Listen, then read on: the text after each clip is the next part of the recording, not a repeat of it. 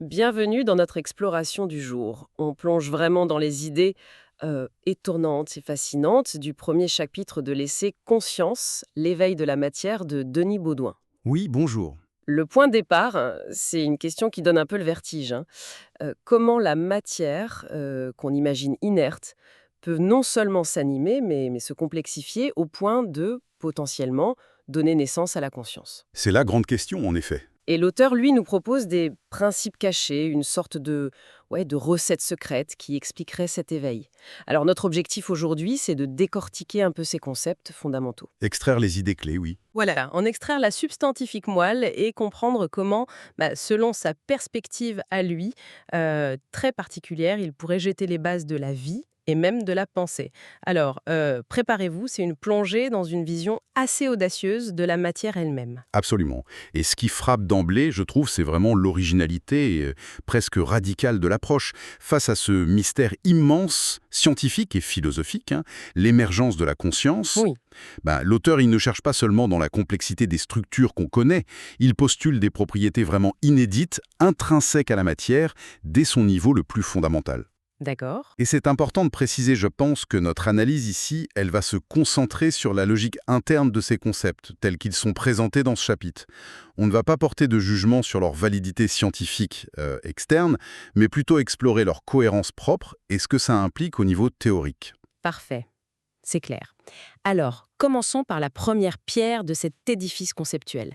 Une idée qui peut sembler, comment dire, assez contre-intuitive. Oui, on peut le dire. Et si chaque atome, la brique élémentaire de tout, possédait ce que l'auteur appelle une mémoire intrinsèque? Mhm. Il ne faut pas imaginer ça comme un disque dur miniature, plutôt comme une propriété fondamentale, cachée, un peu comme la masse ou la charge électrique. Mais la grosse différence, c'est qu'elle serait non quantifiable, Voilà. non mesurable par nos instruments actuels. Son rôle, ce serait quoi? De mémoriser certaines interactions, celles qui seraient significatives, via les champs électriques autour. Franchement, ça remet pas mal de choses en question dès le départ, non? Ah oui, carrément. Et ce point non quantifiable, c'est capital. Ça place d'emblée cette mémoire hors du champ de la physique expérimentale classique. On ne cherche pas une nouvelle particule ou une force qu'on pourrait mesurer. D'accord. C'est un postulat, oui, philosophico-scientifique sur la nature même de la matière. Et cette notion de filtre aussi, ne mémoriser que le significatif ou l'intéressant, c'est crucial. Pourquoi ce filtre? Mais ça suggère une sorte de sélectivité primordiale. L'univers matériel, dans cette vision, ne serait pas juste un enregistreur passif de tout et n'importe quoi. Il opérerait déjà un tri à la base. Ce qui est fascinant, c'est l'ambition derrière ça. C'est-à-dire? Mais l'ambition d'expliquer potentiellement l'auto-organisation de la matière, l'émergence de la vie, et puis au final la conscience. Tout ça à partir de cette simple capacité mémorielle élémentaire. C'est énorme comme ambition. Mais alors, qu'est-ce que ce serait une interaction significative pour un atome? Et pourquoi un simple caillot, par exemple, qui est fait de plein d'atomes, ne semble pas montrer cette mémoire? Bonne question.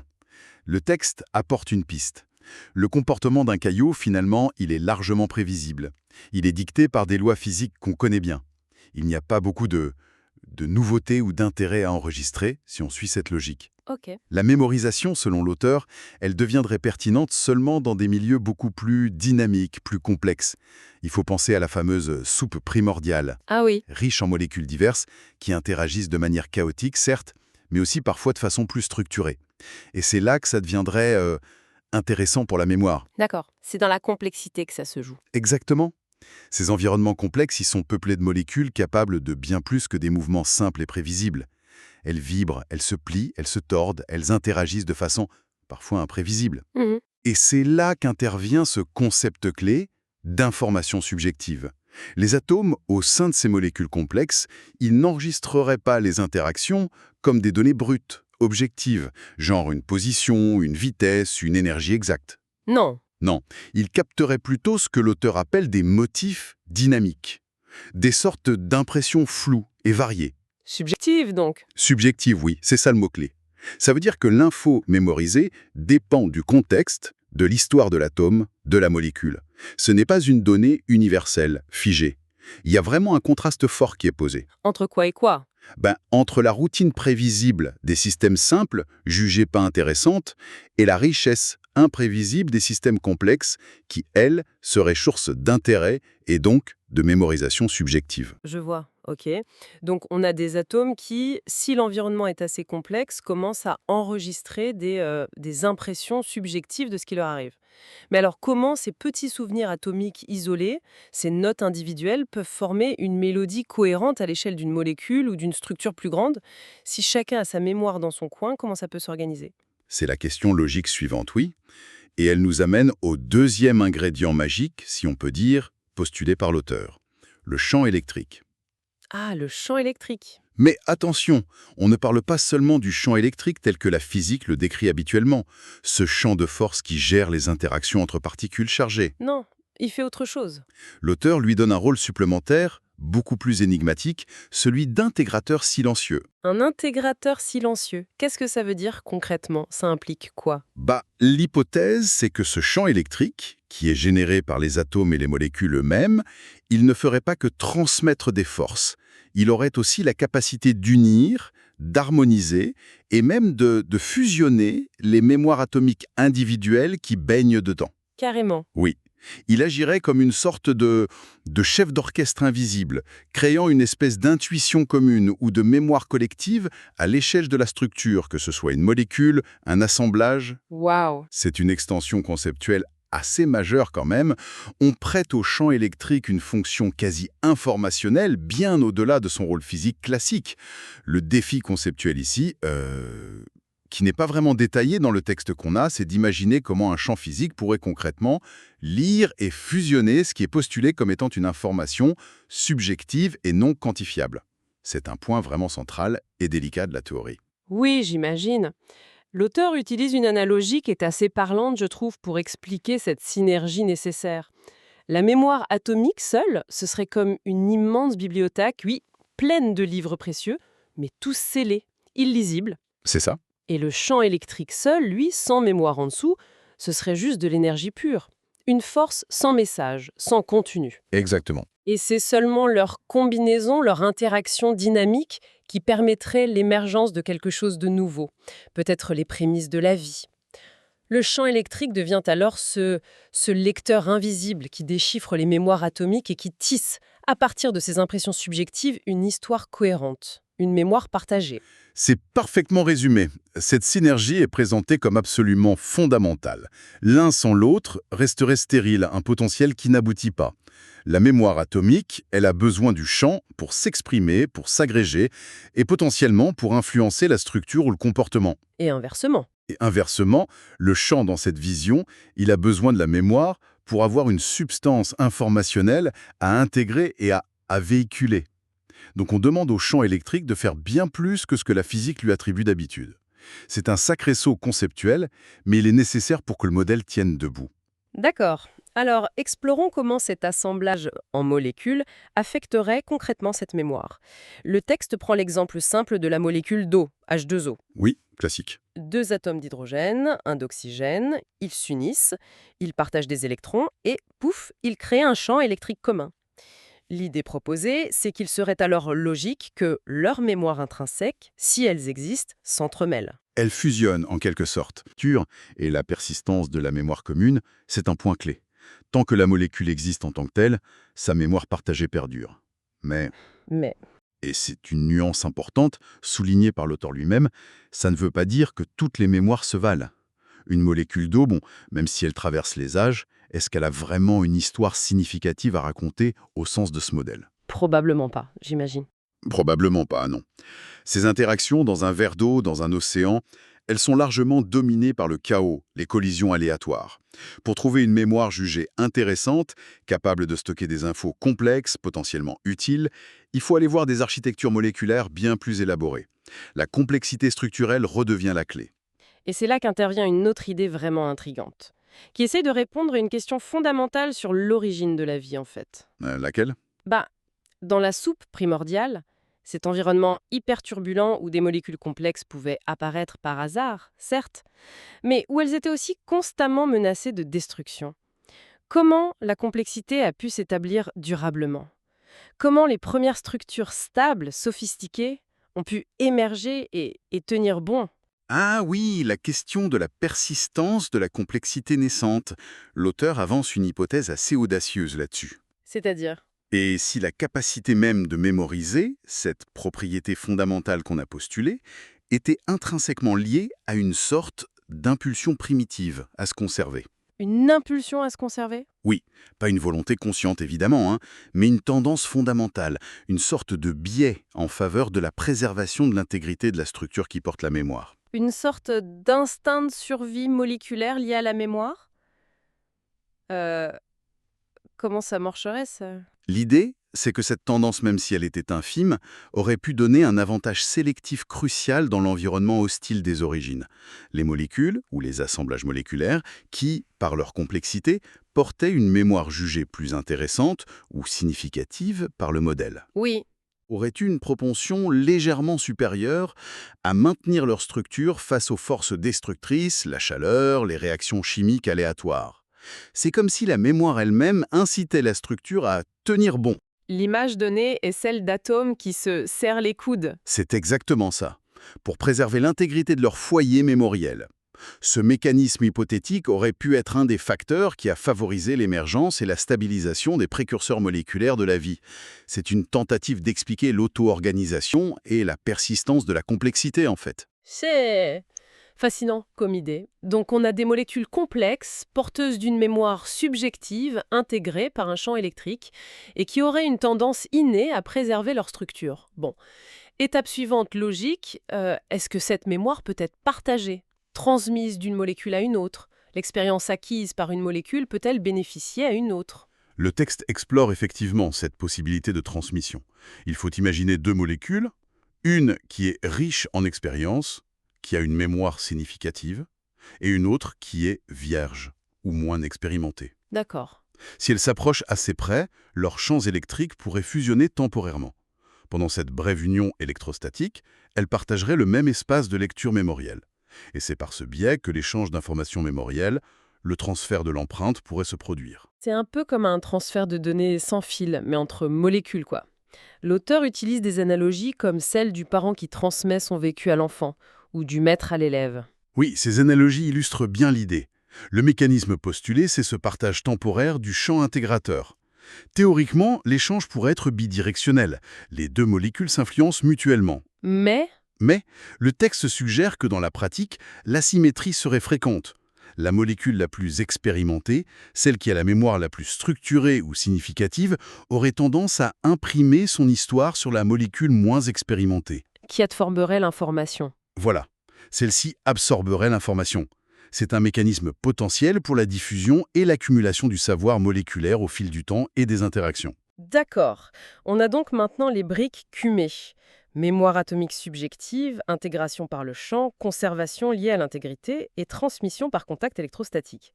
Alors, quelles sont les molécules qui incarnent le mieux ce potentiel, qui deviennent les acteurs clés de l'émergence de la vie selon ce modèle? Le texte met clairement en avant les acides aminés et surtout les structures qu'ils forment, les protéines. Exactement.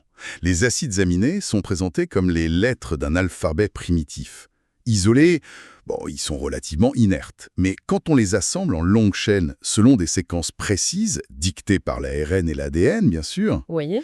ils forment les protéines, des macromolécules avec des structures tridimensionnelles incroyablement complexes et variées. Et le rôle des protéines ici, il va bien au-delà de simples briques de construction ou d'enzymes qui catalysent des réactions, n'est-ce pas? Ah oui, tout à fait. Le texte leur attribue un rôle central et bien plus actif. Il suggère que l'évolution, en sélectionnant les séquences génétiques, n'a pas seulement permis de construire des protéines avec des formes et des fonctions spécifiques, Mais aussi. mais aussi de leur transférer la mémoire accumulée au fil des générations moléculaires précédentes. Les protéines deviennent ainsi l'architecture dynamique du vivant, les dépositaires actifs d'un savoir-faire hérité et enrichi. C'est fort comme affirmation. Oui, et l'auteur va même jusqu'à proposer de les considérer comme l'unité fondamentale de la vie, peut-être même avant la cellule elle-même, dans l'ordre d'importance conceptuelle pour l'émergence des propriétés du vivant. C'est une perspective qui replace vraiment la protéine au cœur du jeu. Plus comme une simple exécutante. Non, mais comme porteuse d'une forme d'intelligence moléculaire intrinsèque. Elles sont décrites de manière très imagée, comme des artisans aveugles, mais doués d'une intuition surprenante. Comment cette intuition, cette mémoire fonctionnerait concrètement au sein d'une protéine? C'est une chaîne immense repliée sur elle-même. Est-ce que c'est une mémoire globale ou plutôt localisée? D'après le texte, elle ne serait pas uniforme. Le champ électrique, cet intégrateur silencieux, il varie le long de la structure complexe de la protéine. Certaines sections ou domaines de la protéine, qui sont particulièrement impliqués dans des mouvements spécifiques, comme le repliement, Oui, ou dans des interactions clés avec d'autres molécules, reconnaissance de substrat, liaison, mémoriseraient leurs actions propres. Ces mémoires locales contribueraient cependant à la mémoire globale, qui coordonne le comportement d'ensemble de la protéine. d'accord. Et le champ électrique global de la protéine, son aura, comme dit l'auteur, il jouerait quel rôle dans tout ça? Ce champ global, l'aura de la protéine, il est vu comme son interface dynamique avec le monde extérieur. C'est lui qui guiderait la façon dont la protéine change de forme, sa danse conformationnelle, on pourrait dire. Ça danse. Oui. C'est lui qui lui permettrait de reconnaître ses partenaires moléculaires et qui déterminerait sa sensibilité aux signaux et aux stimuli de son environnement. Les mémoires accumulées des actions et interactions passées s'inscriraient dans les motifs subtils et les variations de ce champ électrique.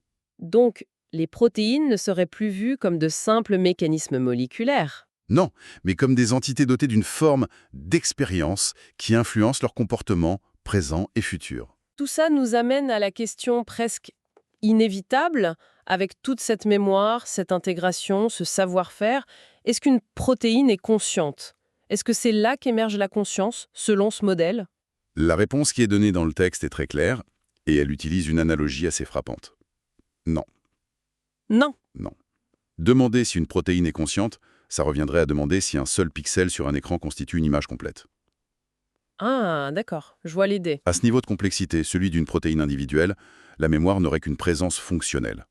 Elle permet à la protéine de faire son travail, d'interagir de manière adaptée, mais il ne s'agit que de germes. Juste des germes. Oui. Ce savoir-faire inscrit, ces mémoires fonctionnelles, ils devraient être intégrés et coordonnés à une échelle bien plus vaste, impliquant peut-être des réseaux de protéines, des cellules entières, voire des organismes complets, Ok. pour qu'émerge un véritable motif subjectif unifié. Et ça, ce serait alors une étape significative vers la conscience, telle qu'on l'envisage. Donc les protéines seraient une étape fondamentale, oui, absolument nécessaire, mais loin d'être suffisante. D'accord. Bon, essayons de récapituler les étapes clés de ce voyage conceptuel assez audacieux qu'on vient de faire dans ce premier chapitre. On part d'une hypothèse fondamentale et très spéculative, une mémoire intrinsèque non quantifiable, logée au cœur même des atomes, C'est ça. capable d'enregistrer des interactions significatives de manière subjective. Ensuite, cette mémoire atomique, elle est lue, unifiée, harmonisée par le champ électrique autour. L'intégrateur silencieux. Voilà, qui agit comme un intégrateur silencieux, créant une mémoire commune au sein des structures. On a vu l'importance de l'intégrité de ces structures pour préserver la mémoire, avec même une possible tendance primitive à l'autoconservation liée à cette mémoire. Mhm. Puis, la possibilité que cette mémoire soit transmise entre molécules via un contact électrostatique temporaire, et finalement, le rôle central donné aux protéines. Les acteurs clés. Oui, ces macromolécules complexes vues comme les dépositaires actifs d'un savoir-faire moléculaire issu de cette mémoire accumulée et transmise, mais qui ne représentent encore au niveau individuel que des germes de conscience, des éléments fonctionnels de base. C'est une excellente synthèse, ça capture bien l'enchaînement logique proposé par l'auteur dans ce chapitre, oui.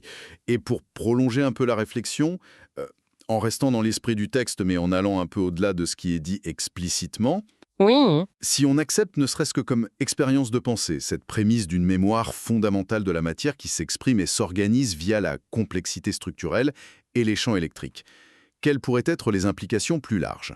Par exemple. Par exemple, est-ce que ça pourrait brouiller la frontière qu'on trace habituellement entre le vivant et le non-vivant? Est-ce qu'on pourrait imaginer l'émergence de propriétés similaires, des formes rudimentaires de mémoire organisée, de savoir-faire adaptatif dans d'autres types de systèmes complexes? Non biologique. Oui, non biologiques, mais qui partagent des caractéristiques structurelles et dynamiques. On peut penser aux réseaux informatiques, aux systèmes sociaux, peut-être même à des structures géologiques ou astrophysiques complexes. Jusqu'où ce principe d'une matière qui se souvient pourrait-il potentiellement s'appliquer? C'est une question qui ouvre des perspectives assez vertigineuses, je trouve, sur la nature de l'information et de l'organisation dans l'univers. Une question vertigineuse, en effet, et qui laisse largement de quoi méditer. Merci beaucoup d'avoir partagé avec nous cette exploration en profondeur des idées vraiment stimulantes et non conventionnelles présentées dans ce premier chapitre de Conscience, l'éveil de la matière.